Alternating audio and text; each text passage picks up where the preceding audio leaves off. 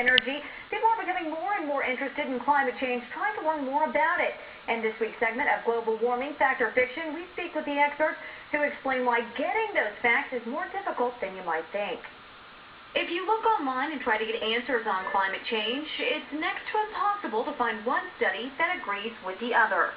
There are some graphs that show that there is a lag of about 800 years between the temperature rise on a global scale and carbon dioxide rise. However, there are other graphs and other data that prove the opposite. And when you speak with scientists that focus on the atmosphere, the divide continues. Every line of evidence that we examine has showed that natural causes cannot explain what we have seen happen, particularly over the last 50 years. And, in fact, that human causes are the only explanation that we can find that makes sense.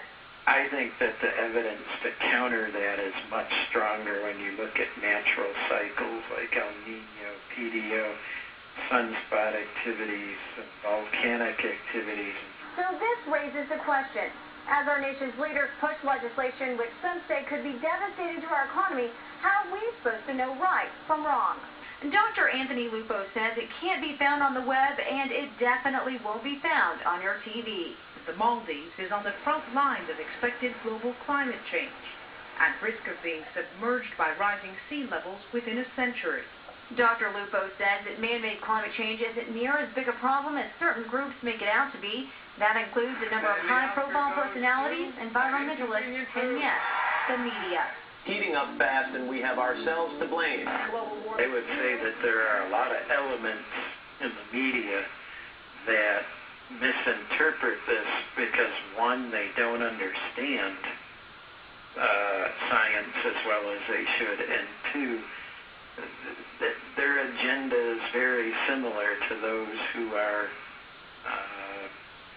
pushing for these changes to be made on the basis of these climate predictions. But when you get down to the root of the problem, fingers point to a select group of scientists. There are some scientists out there who clearly have an agenda, and there are some politicians that clearly have an agenda. Lupo says a lot of the scientific data has been misconstrued to meet the needs of politicians and for some scientists looking to get some extra funding from the government. Still, it's being used to back the ideas and beliefs of our nation's leaders.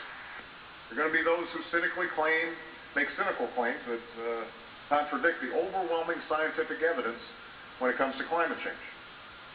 Claims whose only purpose is to defeat or delay the change that we know is necessary. He's a smart fella, but, I would never claim to know as much about law as he does. And conversely, I don't think he knows too much about science. So. Now, while the facts are hard to find, politicians are still taking action, promoting alternative energy policies meant to clean up the planet, possibly at America's expense. Join me again on Monday as I take a look at the current legislation being presented in Washington and what it could mean for the local economy. All right, thank you.